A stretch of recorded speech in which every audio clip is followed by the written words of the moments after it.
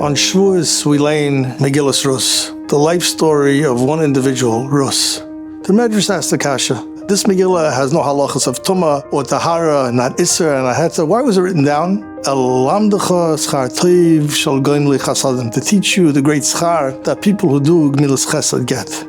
One would assume that such a Mordechai story of Chesed, important enough to be written down in Tanakh, would have been written down immediately. But that's not true. The Megillah ends, Berus Hailadis Oved, and Oved gave birth to Yishai, and Yishai gave birth to David. Why did it take 4 generations for the story to be written? The answer probably is that what happened at the time in the fields of Bethlehem was nothing extraordinary. It was a simple story of chesed, of a loyal daughter-in-law, a Giyaris, following her mother-in-law back to Eretz Yisrael, ultimately doing the chesed of Mishpachas Elimelech by marrying Boaz. Nothing extraordinary, definitely not historic. But then they had a son Oved, who had a son Yishai, who had a son David. Then once David HaMelech emerged, Shmuel HaNavi recognized that David HaMelech not just happened. And Shmuel HaNavi investigated and inquired. And Baruch Kotchai, it was revealed to him that it was the schus of Rus. And only then did Shmuel HaNavi, Baruch Kotchai, write the story down in Megillas Rus.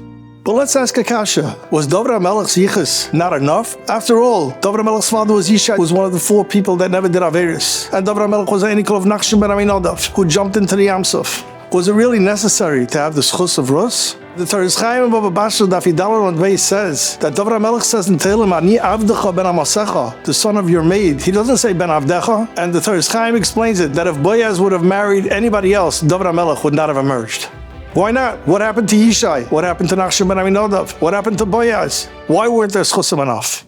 The answer is that it's not always the greatest actions and the famous people that inspire. Sometimes it's actions by regular people with quiet dedication and consistency, with sincerity and purity. They make a bigger and a greater impression on the generations that follow them. My father, the Shiva Zechayna Levracha, used to say that some people inspire their children for Ahavas HaTorah by saying brilliant shiurim in front of hundreds of Talmidim. And others inspire their children for Ahavas HaTorah by donating Sifrei Torah and giving a lot of money for Moistas HaTorah with big fanfare and pomp. But what leaves a bigger Rosham might be the father who, exhausted after a long day, goes into his room quietly and makes sure to learn that Blat Gemara before he goes to bed. That might leave a bigger Rosham and a bigger inspiration on his children.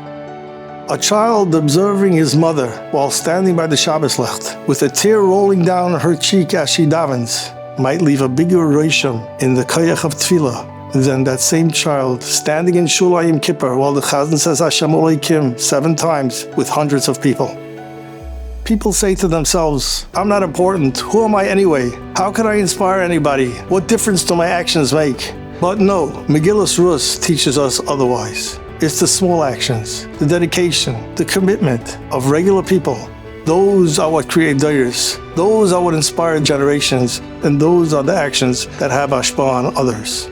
A grandmother doing a simple action with dedication and purity, although unnoticed today, might make all the difference on her grandson, whether he's going to be regular David or a leader in Klal Yisrael.